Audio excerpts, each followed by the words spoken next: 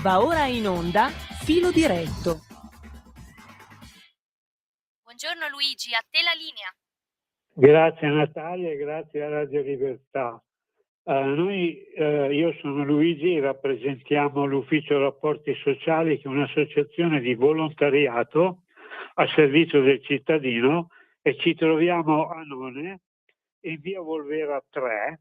Siamo presenti il martedì, il mercoledì, giovedì e venerdì dalle 14 alle 16. Noi trattiamo problemi che riguardano i servizi di pensioni, reversibilità, riconteggi, quindi patronato, poi servizi sociali con emergenza abitativa, automobile club, eccetera, bonus vari, e poi i servizi legali con avvocati, pretese penali, civili, eccetera, e poi anche quei problemi, come capitano molto spesso in questi giorni, condominiali, quindi riguardanti vertenze, visure, registrazioni, passaggi di proprietà, eccetera. E adesso CAF e patronato, quindi con noi c'è gente tecnica, pratica e soprattutto anche politica, poi vi spiegherò il perché, e per farvi poi mettere a conoscenza di quello che succede. Tengo presente i nostri collaboratori di oggi che questa settimana sono venute molte persone e chiedono informazioni abbastanza, vi spiegherò poi cosa. Con noi fanno capo anche al nostro gruppo l'Automobile Club Canavese, Registro Padano Veicoli Storici, Muturvei, il Delta One, Automoto Club Romagna, Zaccamoto, Registro Italiano Veicoli Storici, i disabili, quindi con collaborazione dei Senza Limiti. Poi abbiamo l'associazione diversamente abili, cioè i Senza Limiti, che sono quelli con Sianone. Abbiamo Concaluca, che è un'associazione nazionale genitori soggetti autistici. Quindi perché vi ho fatto anche i nomi di loro? Perché adesso siamo nel periodo di dare il 5 per 1000, quindi poi sentirete anche da loro. Con noi oggi, soprattutto con me, ci sono soprattutto Claudio Lippodio, che è quello che gestirà e darà le risposte esatte sia per quanto riguarda in Italia, per quanto riguarda all'estero, per quanto riguarda il trattamento verso gli automobilisti. E poi l'ingegner Cudia, che è quello per l'estero, come automobilismo esterno, cioè in Europa, oltre che in Italia. E poi, per concludere, ma non così leggero, quello più pesante, l'architetto Arturo Calligaro, perché come architetto deve rispondere a delle domande abbastanza precise, e poi come politico deve dare la risposta, anche se a lui non fa piacere, di quello che è il risultato politico per gli automobilisti che stanno trattando da oggi, proprio dal 1° maggio, perché proprio da questo mese iniziano delle grandi cose riguardo al nuovo codice della strada. Dicendo questo, io ringrazio appunto tutti loro che saranno in ascolto, e Claudio gli dico subito grazie, perché senza di lui non ci farei neanche io come Automobile Club Padania. Claudio serve, poi mi dice qualcosa, che diamo subito la parola a Federico. Claudio, sai perché? Perché poi ti soddisferà, perché gli hanno riconosciuto 2 premi internazionali oltre che nazionali. Ciao Claudio, come stai? Ciao, no, sto bene, sono contento di sentirti, anche qui in radio, bene. E io e te abbiamo passato dei momenti non bellissimi, ma siamo qui perché abbiamo un progetto comune che ci accomuna e che è bellissimo, che è quello che passa anche attraverso questa fantastica radio, sì. Lasciamo però la parola, visto che abbiamo momenti illustri da descrivere. Sì, Gianni, così va avanti tranquillo, senza problemi, perché poi ci sono grossi problemi, Claudio, te lo dico subito, addirittura i segnali stradali per quanto riguarda il Regno Unito, insomma. Allora, Gianni, sei in linea? Sì, sono in linea, ho ascoltato tutto quel che hai detto, che mi fa piacere più che altro averti sentito a te, perché sai, dopo quello che diciamo hai già passato, spero che piano piano ti rimetti di nuovo un po' in pista, perché noi ti stiamo aspettando, e vogliamo anche essere tranquilli con te, perché tu sei quello che ci ha portato a, diciamo, a questa radio, quindi manchi tu, manca il perno diciamo, della situazione. Quindi Adesso allora però io mi sono devi dire, Gianni, scusa, sono io non voglio... responsabili. Mi parlate tanto bene perché sono uno normalissimo, amo molto i disabili. Senti un po', mi vuoi spiegare sti due premi da dove arrivano, come mai arrivano? Non per noi, Ma per non è me e che, te, allora, ma per la noi tua non è che grande. non arrivano, sono arrivati, ma noi manco lo sapevamo, perché diciamo che quello che stiamo facendo, cioè in pratica noi continuiamo a fare normalmente, però si vede che c'è gente che sono molto, diciamo, girano, vedono diciamo cosa noi combiniamo, cosa noi facciamo, e in pratica diciamo hanno preso delle decisioni, cioè in pratica noi in pratica sono andato mercoledì a ritirare in pratica un premio che è molto molto gradito, però diciamo che è una cosa che non ci aspettavamo, perché essere diciamo premiati come l'eccellenza, cioè proprio scritto sulla targa, l'eccellenza massima in tutta Italia come associazione per il, diciamo, volontariato e i ragazzi disabili. Cioè, quindi abbiamo questa targa che ci hanno dato, in pratica arriva in pratica dal CONI, perché c'è dentro anche il CONI, quindi vuol dire che stiamo lavorando bene, c'è essere, diciamo, l'eccellenza, non dico di Torino, ma a livello Italia ci fa molto piacere. Cioè, quindi questa targa, io ti ho mandato la foto, quindi non so se l'hai vista, quindi è una cosa che ci fa molto piacere, ecco. Quindi, questo è una delle cose. Poi adesso ci è arrivato, ecco, appunto, da Roma, sempre diciamo dalla FISDIR, che noi al 25 luglio, che è una domenica, e in sabato, c'è il sabato e la domenica, perché il sabato faranno le preliminari e la domenica saranno le gare. Per la prima volta in Italia nuoteranno i ragazzi disabili nel lago, in un lago, fuori dalle piscine. Cioè, in pratica nuoteranno a Domegna, noi andremo a Omegna, che il sindaco ci sta aspettando a braccia aperte, ci aiuta moltissimo, e in pratica andiamo a fare questo, appunto, per la prima volta in Italia i ragazzi disabili, noi organizzata da Noi Senza Limiti, ci saranno i nazionali in acque libere. Quindi ecco, sono due cose che ci sono arrivate, diciamo, in questi giorni. Sono due cose molto molto belle. Speriamo che in pratica, ecco, questa gara che partecipino tanta gente, perché non tutti sanno che anch'io ho paura di nuotare in un lago, quindi non è facile fare arrivare la gente a fare queste, diciamo, per la prima volta comunque questa roba così. Poi ma sabato 9 però abbiamo l'atletica, il campionato regionale, no? Scusa, sì, dille le cose.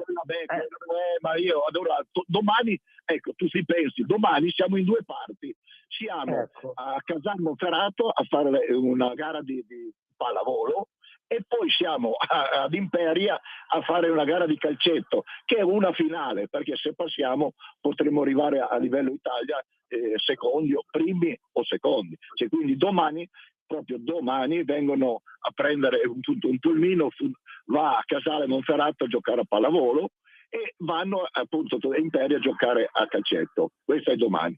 E come tu hai detto già, il 9 iniziamo anche l'8 iniziamo a fare gli allenamenti di atletica leggera a Parco Ruffini, e il 9 e il 10 ci sarà appunto atletica leggera a Asti, che partecipiamo anche lì appunto con l'atletica leggera.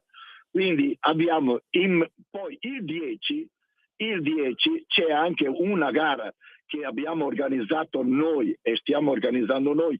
Ci sono già 270 iscritti, sempre nel lago, però questa è dei fisici, arrivano da tutta Italia e anche dall'Europa. Quindi questa gara si chiama la traversata del drago, cioè la traversata del lago con il drago, cioè, quindi è proprio il titolo che gli abbiamo dato a questa manifestazione. Quindi, e questo è il 10 prossimo, quindi ecco perché dico, abbiamo diciamo tante cose in pista. Più adesso sapete che tutti quanti siamo diciamo vicini per andare a fare i 7:30, noi con il 5 per 1000 è una cosa di quelle che ci aiuta moltissimo. Perché? Perché questo non costa niente alla gente, basta solo che firmi. In pratica noi il nostro senza limiti, basta che metta senza limiti, il codice nostro è 9 7 8 4 7 2 5 0 0 1 2. Quindi questo lo si può trovare sul sito, si può trovare diciamo in tante parti, questo codice che è il codice appunto del 5 per 1000. Il 5 per 1000 per noi vuol dire il 50% dell'associazione, diciamo, per far andare avanti l'associazione. Cioè, quindi chi lo vuole dare ci fa molto piacere. Tu Luigi ce l'hai e quindi lo puoi magari passare qualche volta. Poi ecco, c'è sempre, così almeno alla fine, poi ti lascio Luigi, sai che io ho scritto quel libro di Maurizio, sta andando molto bene, in pratica su internet, anzi su Amazon sta andando benissimo, perché lo stanno prendendo un po' da tutte le parti d'Italia e anche dall'estero in pratica l'hanno preso. Quindi vuol dire che sta funzionando e sta piacendo molto. Il nostro libro che ho scritto io è proprio Maurizio, storia di un padre e della sua famiglia. Cioè, in pratica su questo libro c'è scritto tutte le cose che io con mio figlio ho fatto quando è mancato. Luigi, io cosa devo dire? Ti devo ringraziare tantissimo. Se c'hai qualche domanda da farmi, no, l'unica domanda è che magari che ormai l'associazione è anche la mia, quindi io senza limiti faccio parte con loro. Quindi tu hai detto già va bene, tienti pronto perché sabato ormai non ne perderai neanche uno, perché ormai ho letto l'elenco degli impegni che abbiamo fatto, ormai per tutto l'anno siamo dentro, quindi io ti ringrazio e lasciamo spazio ai tre che parleranno delle macchine, perché la gente che viene lì da None mi chiede queste cose. Loro tre parlano in radio perché sono responsabili e capi e io li subisco tutte le domande e tu mi conosci, non sono sempre all'altezza di dare le risposte esatte, quindi ti ringrazio della tua presenza e ricordati che ci teniamo. Non l'ho ancora detto a nessuno, ma ci sarà poi, se riusciamo, ci sarà una sorpresa anche per te, ok?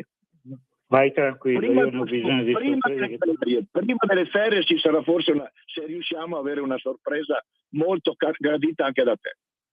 Grazie, bello. Ti ringrazio allora, ci sentiamo. Saluto come si dice, finché non sono sicuro, hai capito? Certo. Ok, Luigi, ti ringrazio tantissimo. Certo, vai tranquillo e grazie a te. Io vado avanti. Ciao. Ok, allora ricordiamo, adesso ci sta ascoltando anche Arturo Caligaro, quindi Claudio, ti chiedo scusa, ma mai l'hai capito che i primi parlano sempre per primi. Senti un po' Claudio, allora il discorso che vengono da me a None a reclamare è per quanto riguarda in Italia, per quanto riguarda in Italia, tu e l'ingegnere Caligaro dovete dirmi cosa sta capitando, per esempio, tra la leggendaria vecchia Panda anni 80 che è prodotta a Torino, e adesso cambiano il prezzo, eccetera. Poi, Arturo, qui dicono da Chieri, mi chiamano, che dopo 3 mesi viene riattivato l'autovelo Sacchieri e dice che l'importante nella riduzione dell'incidentalità, e io non so cos'è. Poi Claudio, tu devi spiegare altro che Arturo, cos'è questa storia della luce bianca anche nei semafori in Italia che partono da Roma, eccetera? Cos'è? O sono io che siccome non capisco niente, però è tutto scritto, è nero su bianco. Invece, per quanto riguarda sempre la segnaletica, all'estero abbiamo anche i segnali stradali verdi che debuttano nel Regno Unito, quindi dove l'ingegner Cudia lì è un capo quasi dell'Inghilterra. Quindi adesso Claudio e Arturo, attenzione, ve le prendete voi, intervenite, trattate, e gli argomenti se volete sono questi, ma non perché li voglio io, perché ve lo ripeto, e Arturo lo deve capire, vengono a None, e tu Claudio sai che ti ho fatto chiamare anche da None per altri problemi, e quindi a voi la parola e grazie per essere qui con me. Grazie, un bacione a tutti. A te Claudio. Ciao Luigi, no, sì. Alla fine, beh, tu dici che questo settore è un settore che è sempre pieno di casini, io, Arturo e chi è con noi ne parliamo e poi tu li subisci. Ma d'altronde in ufficio sei tu quello quello presente, e giustamente magari le persone hanno anche il piacere di parlare con te dopo averci ascoltato, quindi questa è una bella cosa, è un bel segnale per la radio soprattutto, che riusciamo a dare le giuste informazioni. Prima hai detto una cosa, a parte il discorso della luce bianca che è più per le auto a guida autonoma, ma lo spiegheremo velocemente. Le cose più interessanti sono i cambiamenti di questi giorni, cambiamenti da ieri praticamente, anche se è la festa. Sì, abbiamo un po' di cambiamenti, ma intanto voglio salutare Arturo che prima che si addormenta o che si annoia. Ciao Arturo. Ciao, no, è troppo interessante la trasmissione. Poi con te che gli metti quel pizzico di pepe tutte le volte è difficile che sia noiosa tanto da addormentarsi. Vi saluto, vi abbraccio e mi fa sempre piacere restare qua con voi in vostra compagnia. Sono qua a disposizione. Vai pure avanti, Claudio. Ma per parlare delle grandi, perché la politica come al solito non prende in causa te ovviamente, ma la politica di governo o la politica in generale parlamentare di solito parla dal 1° vi facciamo un mazzo così, ci sono nuove regole, nuova riforma del codice della strada. Poi ci vai a guardare, sì, questa è una roba di cui parlano da mesi o se non da anni di risolverla, perché è stato un grosso problema. Faccio l'esempio, il discorso degli NCC, che gli NCC sono i noleggi con conducente, sono quelle auto che una volta erano le auto blu diplomatiche, erano una volta, erano quelle vetture che tu prenotavi per telefono o via email e al giorno X ti trovavi la macchina in quel posto a tal ora e andavi in giro con l'autista. E l'hanno un po' sdoganata come quasi un servizio taxi. Adesso con le nuove norme, articolo 85 e articolo 86 del codice della strada, hanno praticamente, non hanno cambiato, hanno messo sanzioni accessorie, sanzioni in più per chi con anche la revoca della patente e dei permessi, del fermo del veicolo, eccetera. Quindi aggravamento delle sanzioni, ma le regole sono rimaste le stesse. Quindi l'NCC è un noleggio con conducente, quindi io lo noleggio prima, non vado a fare servizio taxi e mi trovo un NCC al posto che un taxi.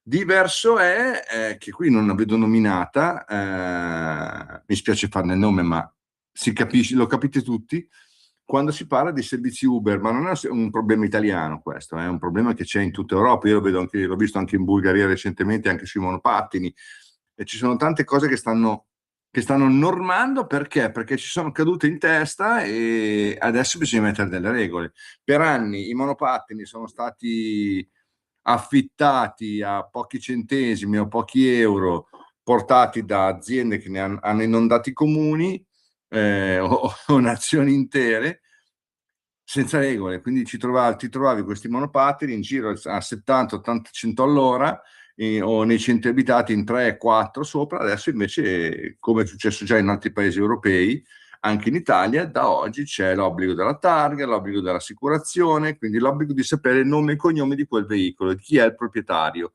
perché in caso di danno qualcuno deve rispondere, perché purtroppo questo monopattino poteva essere preso da persone che non c'erano mai salite, quindi si trovavano di colpo andare a una certa velocità con questi strumenti e purtroppo c'è stato un periodo dove a Milano c'era un morto a settimana, c'erano incidenti tutti i giorni con questi veicoli, sfasciano macchine e nessuno paga, e quindi questa cosa deve essere regolamentata e Non lo so se dire meno male che l'hanno fatto, perché adesso bisogna vedere come vengono.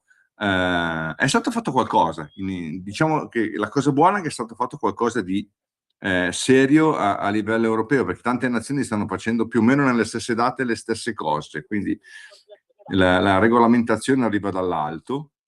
Qualcuno si sarà arrabbiato più di altri, ma queste regole questi consigli dall'Europa stanno diventando leggi nella maggior parte delle nazioni europee. La stretta dei monopattini ha portato adesso ad avere milioni di monopattini abbandonati o accatastati dentro i container pronti da buttare via, pericolo per le batterie interne e ci sono altri pericoli, l'inquinamento eccetera, che verranno da qualcuno gestiti, che stranamente molte società di quelle che hanno fornito questi monopattini hanno fatto gran soldi nella prima fase, per quando c'era il boom della mobilità elettrica, della micromobilità elettrica, anzi la chiamavano così. Questi signori si sono ritrovati con le tasche piene e oggi hanno un rifiuto speciale da smaltire con costi alti, quindi riempiono i container, affittano un piazzale, affittano un prato e lo riempiono di monopattini, e queste cose le vedremo sempre più spesso, purtroppo. E alla fine indovinate chi dovrà pagarlo? Attraverso il comune, chi dovrà pagarlo con una tassa o con un qualcosa di temporaneo, che poi temporaneo non è, come è già capitato molte volte. Arturo, tu cosa ne pensi di questa cosa? Poi passo agli altri, ci sono 4 gradini da fare, abbiamo 4 gradini, questi sono i primi 2. Sì, la questione dei monopattini e la deregulation che è stata adottata fino adesso proprio per incentivare l'uso di questi mezzi ha portato appunto a questi eccessi, perché cosa succede? Fin quando non ci scappa il morto nessuno ci pensa, cioè si pensa di poter legittimare l'uso di veicoli così senza prevedere, senza una pianificazione, senza una previsione di quello che questi veicoli avrebbero dato come ricaduta sulle persone e sui territori, perché ci ricordiamo, no? Tutti gli angoli un monopattino abbandonato, come ricordavi tu, con questi monopattini che vanno a 70-80 all'ora, addirittura ne abbiamo trovati, ci sono degli esempi sull'autostrada, e quindi con situazioni di estremo pericolo per gli automobilisti. Anche secondo me dietro c'è una filosofia che è quella indirizzata all'uso di questo Green Deal e una mobilità sostenibile, no? Cioè costringere la gente a usare magari il monopattino e incentivare l'uso del monopattino anziché l'autovettura, anziché pensare a fare investimenti per rendere le nostre città adeguate al traffico e alle esigenze dei cittadini, di mobilità dei cittadini. Si è andati a investire, ce li ricordiamo, no? Gli incentivi dati dai governi precedenti per l'acquisto di questi mezzi di locomozione, anziché quelle risorse destinarle o al trasporto pubblico o a realizzare parcheggi nei pressi dei punti di interscambio tra il trasporto privato e il trasporto pubblico. Noi abbiamo l'esempio di Torino, abbiamo una metropolitana, ma la metropolitana dove ha le stazioni, addirittura quelle di testa, non ci sono parcheggi, quindi tu che arrivi dalla periferia dove non sei servito dai mezzi pubblici, vai vicino alla stazione capolinea della metropolitana e non sai dove mettere la macchina, cioè hai gli stessi problemi di arrivare nel centro cittadino con l'autovettura, stesso dicasi per le stazioni.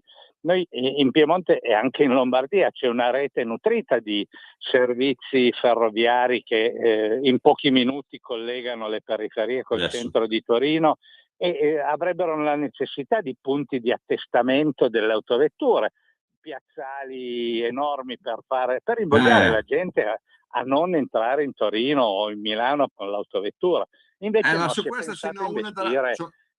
come sempre, scusami Arturo se ti interrompo, sì, intanto diamo un attimo spazio alla pubblicità, ma ho un argomento dove ne sono testimone, quindi l'ho vissuta io a Torino e te la racconto tra poco. Pubblicità.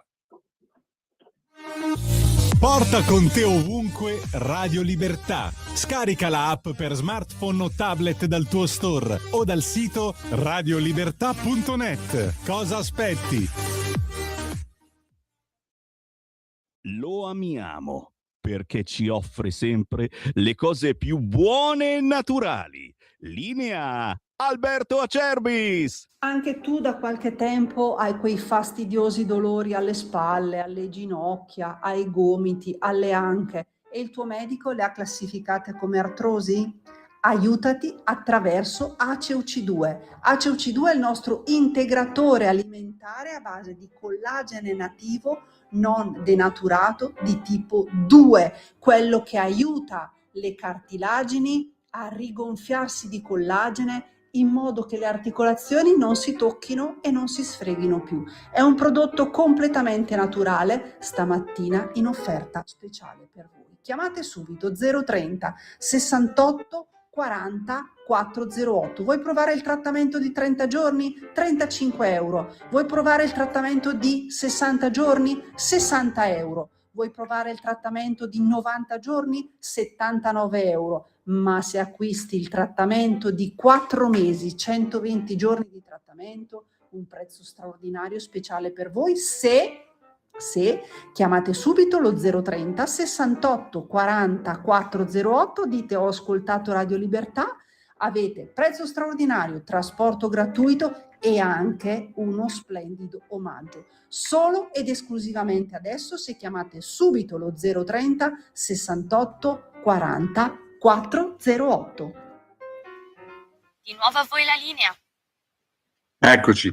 Sì, Arturo, come ti ho promesso, ti racconto una cosa. Quando Luigi aveva il suo incarico in Regione Piemonte, qualche volta sono andato a trovarlo e una volta mi sono innervosito 2 mesi dopo, no, 90 giorni dopo, perché ho parcheggiato in un parcheggio che in teoria era per evitare la famosa zona, non so se anche a Torino si chiama ZTL, comunque la zona a traffico limitato, e quindi ho parcheggiato in questo autosilo per poi accorgermi che questo parcheggio era appena dentro, era una ventina di metri dentro alla zona a traffico limitato. Quindi io per andare in quel parcheggio, per evitare di transitare in modo anche personale, visto che hanno messo questa regola, io non ci entro, ho preso una multa ai tempi perché avevo parcheggiato in un parcheggio che era quello consigliato. In teoria la multa non l'avresti pagata se tu all'ingresso del parcheggio, prima di uscire, andavi nell'ufficetto e dire guardate, io sono entrato nella zona ZTL, questa è la mia targa. Loro si collegavano col sistema e ti annullavano la targa, perché a Torino funziona così, però bisogna saperlo, bisogna dare informazione, no? Di almeno un cartello, zona traffico limitato, chi accede al parcheggio invece lo segnali ai sorveglianti del parcheggio, no? Funziona così a Torino, cioè, è molto suggestiva la cosa. Sì, so. Hai parcheggiato vicino al San Giovanni Vecchio, vicino a Piazza Cavour, quindi bravissimo, esatto, tu puoi utilizzare, non devi passare in una strada via Accademia Albertina perché è riservata ai pullman, ma se tu arrivi da un'altra parte lo segnali e ti annullano, ti cancellano la targa. Però bisogna saperlo, non c'è nessun cartello, anche lì basterebbe un cartello all'ingresso del parcheggio, dire fermatevi al gabbiotto e segnalate la vostra targa, punto. Quindi la gente lo sa e non paga la sanzione. Oppure dare la possibilità, quando ti notificano la contravvenzione, a segnalarla tramite mail, tramite PEC, col tuo biglietto, e che dimostri che tu sei andato effettivamente in quel parcheggio, no? Cioè, sono queste, vedi, a Torino adesso si parla di modifica del piano regolatore, perché questo piano regolatore, quello di Gregozzi, oramai è superato, ma secondo me dovrebbero partire soprattutto da disegnare, non per premiare la speculazione edilizia, ma le infrastrutture, quindi la viabilità, i parcheggi. Adesso a Torino si sta costruendo la seconda linea metropolitana. Dovrebbero tener conto degli errori fatti con quella precedente, ma invece mi pare che queste cose non siano interessanti per chi prende queste decisioni. È molto più semplice andare a inaugurare il nastro dell'inizio lavori. Questa gente vive nei palazzi, gira magari, come dicevi tu, con l'auto blu e non si preoccupa dei problemi della quotidianità delle persone che devono andare a lavorare, e quindi succede questo, no? E allora questa storia, ritornando ai monopattini, è stato un escamotage ideologico per me, perché se vogliamo parlare di mobilità è pericolosissima, siamo arrivati al Red Rationem, dove bisogna prendere dei provvedimenti per salvaguardare la vita delle persone. Il peccato è che abbiamo dovuto aspettare dei morti, no, per farlo, e magari con un po' di lungimiranza prima e pianificazione non si sarebbe arrivati a questo punto. Il secondo elemento è che questi creavano un nuovo mercato economico, no? Che magari non premiava gli italiani ma i cinesi, ma sempre con l'ideologia green, come se questo potesse risolvere i problemi, soprattutto in zone come Torino-Milano, dove il clima non consente a questi mezzi una mobilità tranquilla, perché piove sovente, magari c'è la neve, ma queste cose a chi prende queste decisioni non interessano che si crea un nuovo mercato, un bacino di utenza, un ritorno di immagine e di voti non indifferente, e in Italia funziona così. Conta più crearsi un bacino di voti e di consensi che non magari risolvere i problemi delle persone. Ma come tutte le altre cose che ricordi tu tutte le volte in tutte le trasmissioni, sia tu che Luigi, no? E in quasi tutti i campi. Purtroppo abbiamo una classe politica dove purtroppo la meritocrazia passa in secondo ordine. L'importante è raccogliere consensi, e il consenso non si raccoglie con la competenza. Claudio, scusate un secondo, c'è anche Cudia, l'ingegnere che ci ascolta, perché ci deve poi dare delle spiegazioni su quanto la segnaletica, che appunto voi lo dite, ma vengono davvero in ufficio a reclamare, e quindi dovete dargli delle risposte sia per quanto riguarda l'Italia, eccetera. E poi tutte e tre voi, grazie all'ingegnere, ragazzi, ma avete visto che si parla del 2036 con le auto elettriche, ma qui dice che torna la leggendaria vecchia Panda anni 80, perché noi, sai, diamo notizie che sono state firmate ieri o massimo l'altro ieri, e dice che la Panda è prodotta a Torino, ecco com'è, quanto costa e quanto fa risparmiare. Attenzione, dice che la Panda del nonno diventa elettrica e non va in rottamazione. Addio benzina e niente bollo per 5 anni o per sempre, perché la Pandina diventa un gioiello high tech da 3 euro a ricarica per 110 km assicurati.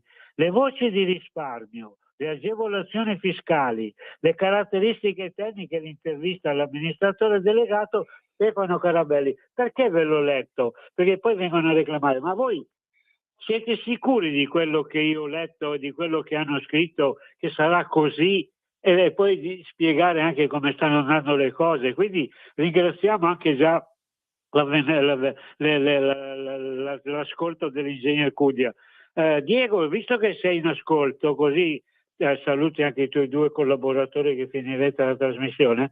Questa notizia qui, insieme alle altre delle segnaletiche che sia a Roma che all'estero vengono già attuate, ai nostri automobilisti, al di là di quello che vogliamo dire, perché ci sarebbe milioni di cose da dire, cosa dobbiamo dire, Diego? Benvenuto, ciao.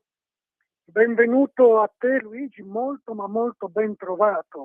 È un grande benvenuto anche ai radioascoltatori di Radio Libertà. Sì, dunque, parto prima dal progetto che tecnicamente, lo diciamo così, si chiama Restomod, cioè una restaurazione, un restauro dei veicoli che oggi sono classificati come veicoli d'epoca. La Panda, la nuova Panda, cioè la vecchia Panda del nonno, ecco, tanto per citare quella creata proprio, disegnata da Giugiaro, comunque quella tutta squadrata, insomma, quella, ecco. C'è la possibilità di farla diventare elettrica, come peraltro aveva fatto in un progetto la stessa Fiat, che tra l'altro è un progetto che si può vedere al MAUTO, cioè al Museo dell'Auto di Torino, insomma, ecco. Oggi è diverso perché comunque si vendono già dei kit di trasformazione, qualcuno li chiama retrofit, per dare dei nomi tecnici, così la gente quando va magari in un'officina, se sente parlare di queste cose qua, dice: ho ascoltato su Radio Libertà qualcuno che parlava di retrofit, oppure di Restomod, oppure di elettrificazione. È un progettino che comunque avvertiamo subito, non costa 2 lire. Facciamo già dei progetti, è un progetto vecchio che abbiamo preso in mano come studio di progettazione, però sappiate, bisogna dire ai radioascoltatori, anche agli ospiti che ci stanno ascoltando, che comunque non costa poco, e trasformare, elettrificare una Pandina, ecco, perché comunque ci sono i costi, tanto per rispondere bene a chi arriva, chi va, chi viene nei tuoi studi, nei tuoi uffici, ecco, bisogna smontare il vecchio motore che comunque rimane di proprietà del proprietario della Panda, non va buttato via, per conservare la storicità. Ecco, poi Lipodio potrà spiegare meglio, che comunque conservando il motore, tutte le parti originali, in casa, in cantina, nel box, così la Panda rimane sempre storica, perché qualcuno vorrebbe a livello politico trasformarla in veicoli nuovi e quindi fargli pagare più tasse, e quindi bisogna e qui Arturo poi risponderà anche a dovere, perché c'è sempre questa diatriba: se trasformiamo un'auto di 30 anni con tecnologia moderna diventa moderna, invece no, insomma, per cui molti comuni in Italia si stanno battendo su questa cosa qui, così come i segnali chiamiamoli intelligenti, ma che poi non sono intelligenti, di cui abbiamo parlato anche le volte scorse. Ripeto, e poi lascio la parola e poi parliamo anche dell'altro argomento che tu, Luigi, hai egregiamente introdotto. Quindi non costa poco, bisogna smontare il vecchio motore endotermico a benzina, fare delle piccole modifiche, sistemare la carrozzeria, andare a vedere tutte le parti che sono state eventualmente, come dire, non curate, ripristinare il telaio, eccetera, da parte del cruscotto, tanto per far capire ai radioascoltatori cosa vuol dire mettere nel cruscotto nuovi comandi, ecco, levare il cambio, perché con questa modifica il cambio non si tiene più, diventa come se fosse un cambio automatico, montare il motore così, rifare il collaudo e poi avere tutta dalla motorizzazione tutto il foglio di via che c'era, tutto il nuovo, diciamo, il nuovo libretto, ecco. Per cui diciamo che dalla mia esperienza, per quei progetti che ho seguito, si parla dai 15 ai 20.000 euro, non si superano quelle cifre lì, perché bisogna controllare tutta la macchina, eccetera. E lascio la parola, ripeto, agli altri, per far capire che comunque a fronte di un risparmio, poi bisogna vedere se fare 100-110 chilometri e poi ricaricare la macchinina vale la pena. Ecco, è vero che costa solo 3 euro la ricarica, ma se devo farne 2 al giorno, insomma, diventa già... quello che consiglio che non pensate di trasformare la Panda del nonno per andare tutti i giorni a lavorare. Prego, lascio la parola agli altri per commentare. Prego. No, grazie. Spiegazione molto dettagliata e anche nella cifra. Anch'io avevo guardato qualcosa, ma avevo visto che dai 20 ai 25 mila euro era già un buon prezzo per quel tipo di vettura. Guardando nel valore vero e lo stravolgimento tecnico, quella macchina si ritrova a non valere più niente, di fatto. Sì, si dà il valore del nuovo o del rinnovato, poi il termine lo metteranno legalmente, ma ci troviamo che se abbiamo magari in mano io faccio un esempio, una Panda 4x4 che è già più complicata, o una Panda Sisley, o una Panda qualsiasi che ha un certo valore proprio perché è stata mantenuta alla perfezione, tutta perfetta.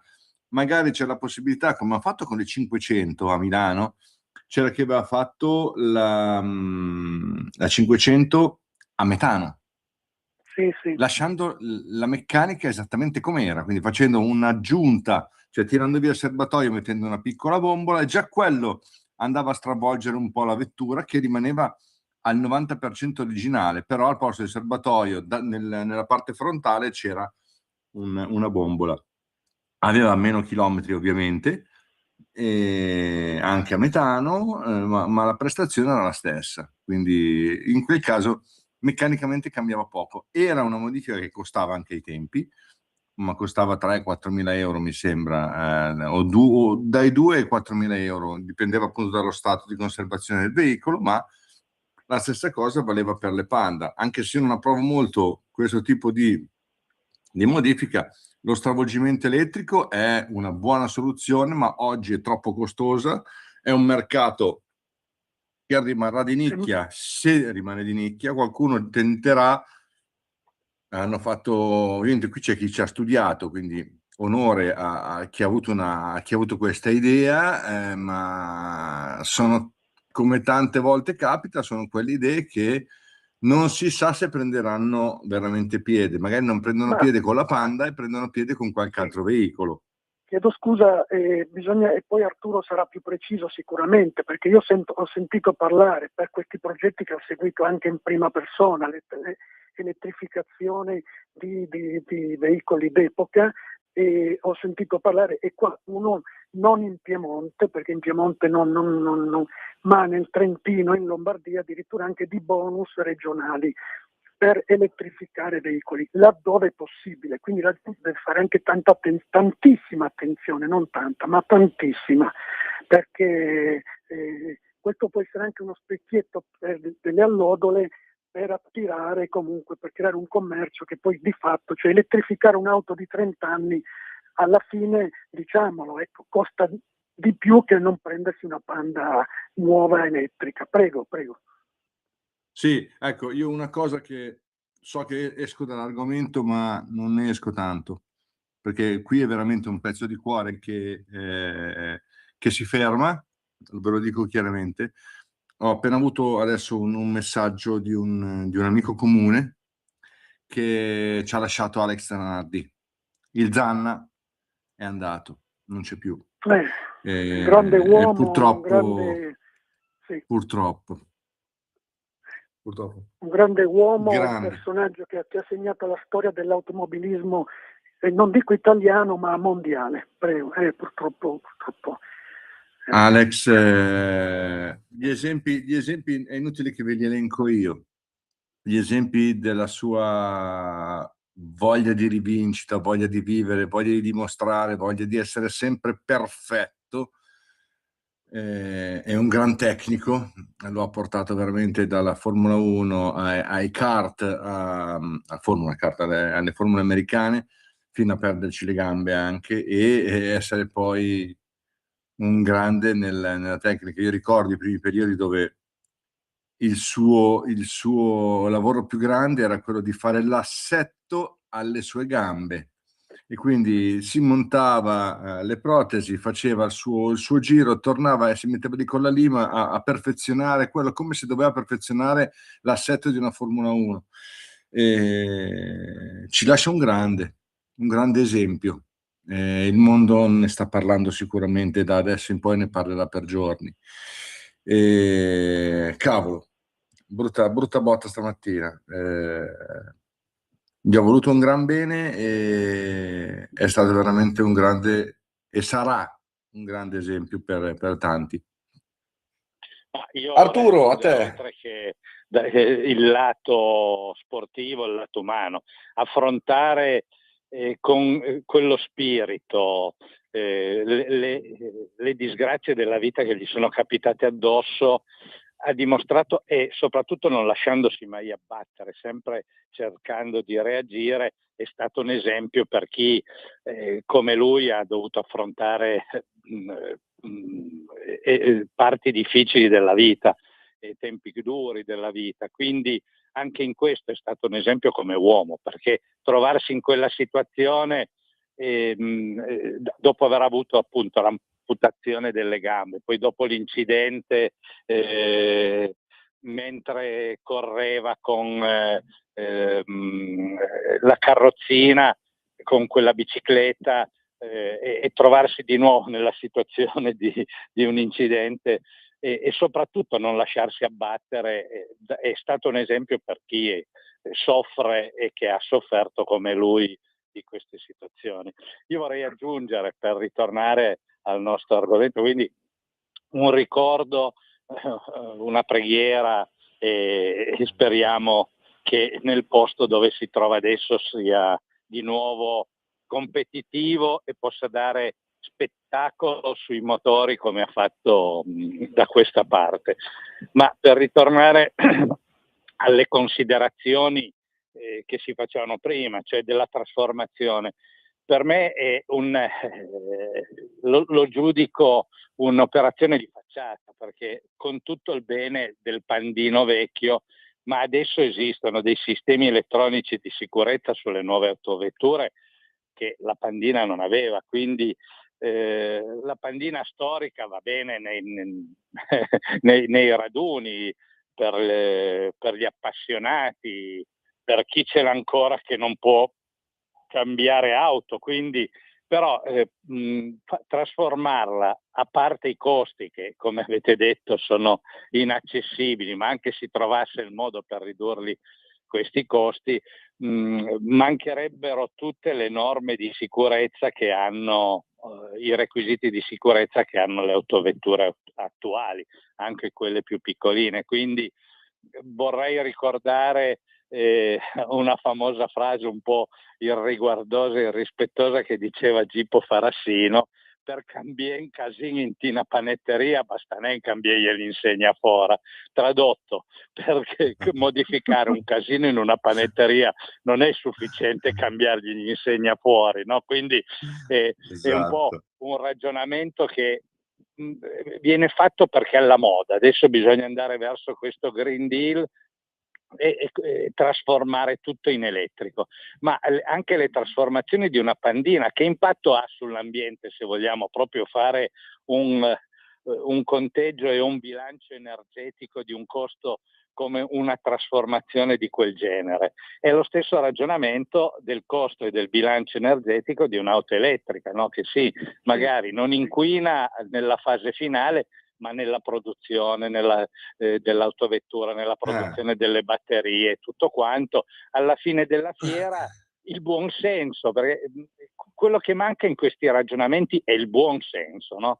Cioè il buon senso di dire ma alla fine faccio il totale, cosa mi resta, no? Cioè quanto ho risparmiato, quanto disagio dato ai cittadini, abbiamo eliminato un patrimonio di autovetture che erano storiche, quelle pandine lì, trasformarle, come dicevi giustamente tu Claudio, perdono tutto il loro valore storico, no? Se tu prendi, praticamente tieni la carrozzeria e cambi tutto il resto, non è più la pandina, è il valore storico. Per cui è sempre il ragionamento, magari la Fiat finanzia questo tipo di operazione per un ritorno d'immagine, e come ha detto giustamente Diego, può reggere un'operazione del genere solo con finanziamenti pubblici.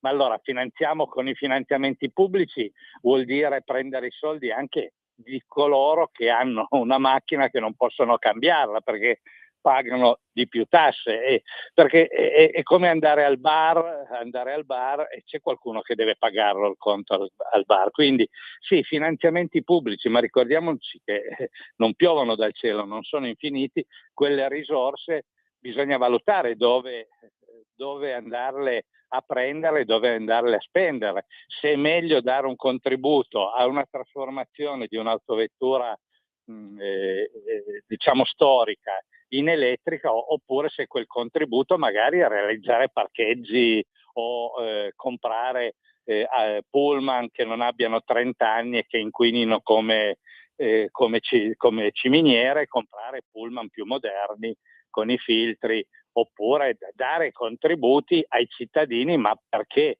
cambi proprio la loro vita, no? Quindi nel risparmio energetico, in qualcosa. Adesso con lo scandalo del 110%, lo Stato dovendo rientrare da quelle spese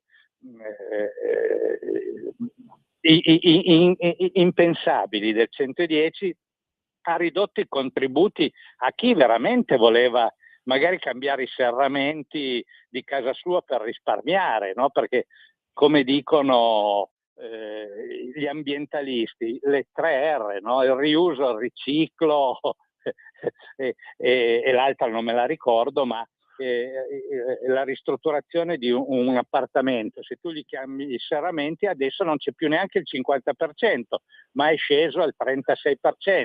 Se tu a questo 36% gli metti sopra l'IVA, vedi che non ti conviene più adeguare la tua casa per risparmiare, per il risparmio energetico. Quindi è una questione di scelte politiche. Si vuol fare un'operazione di immagine come quella, oppure andare ad aiutare veramente i bisogni dei cittadini nel risparmio energetico. Era la terza R, il risparmio, dopo il riuso e il riciclo era il risparmio. Quindi nel risparmio energetico, quindi capisci che la gente che prima c'era il 110, adesso siamo arrivati al 36%, quel mercato lì l'hai penalizzato e hai penalizzato effettivamente l'ambiente, perché se tu non coibenti adeguatamente il tuo appartamento consumi di più, paghi di più e inquini di più.